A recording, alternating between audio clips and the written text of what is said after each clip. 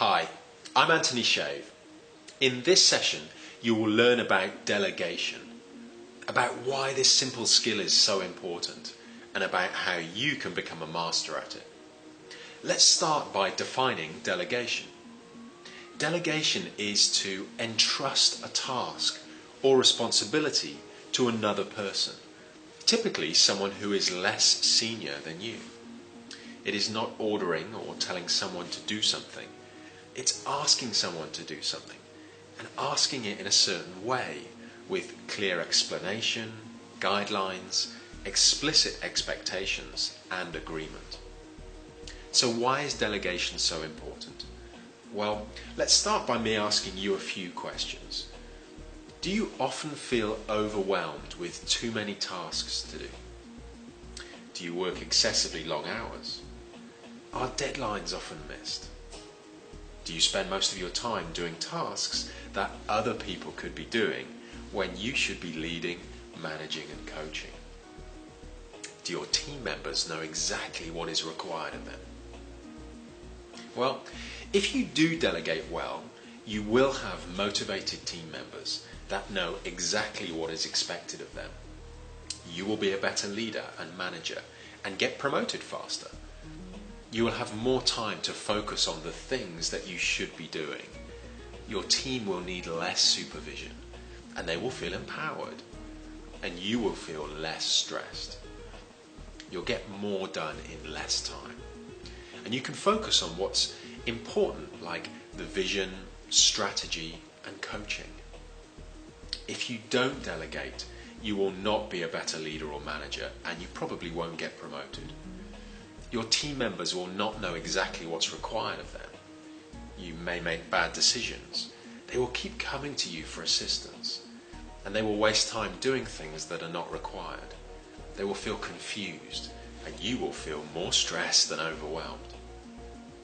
When I first tried to delegate, I gave my people very few guidelines, and I expected them to work it out by themselves because I didn't want my people to think that I was being a dictator. Consequently, they didn't know what I really wanted or expected, which caused even more problems and conflict.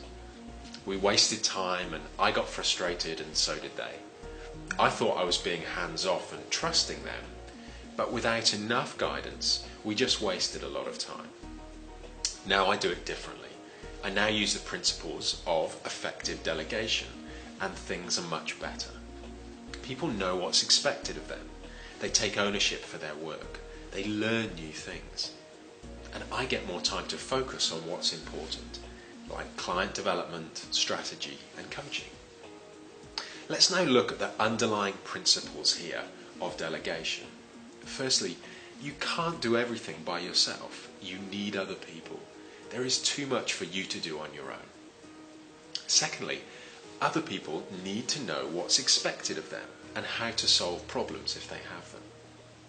And thirdly, you must share authority and responsibility with your people. They must then be accountable for what they do. Ultimately, you are of course accountable because you're the leader and you delegated a task to them. Let's just say a little bit more about that last point. When you delegate, you give the other person sufficient authority to make decisions and take actions.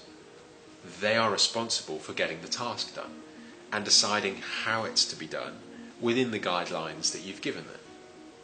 And they are accountable for how they do the task and for the result they get, i.e., they get to answer for their actions and the results. But ultimately, like I said, you are accountable for the result because you're the leader and you delegate it to them. So what are the barriers to delegation? Well, many managers make the following excuses for not delegating. They say, it takes too long to explain what I want, or my people resist taking responsibility, or my people are already overworked, I can't give them any more work, or it's easier and quicker to do things myself. My people lack experience and competence, or I can do the work in my department better than anyone else. Maybe, if you want it done right, you better do it yourself. Or maybe, my employees won't like me if I expect too much of them. But these are probably not the real reasons.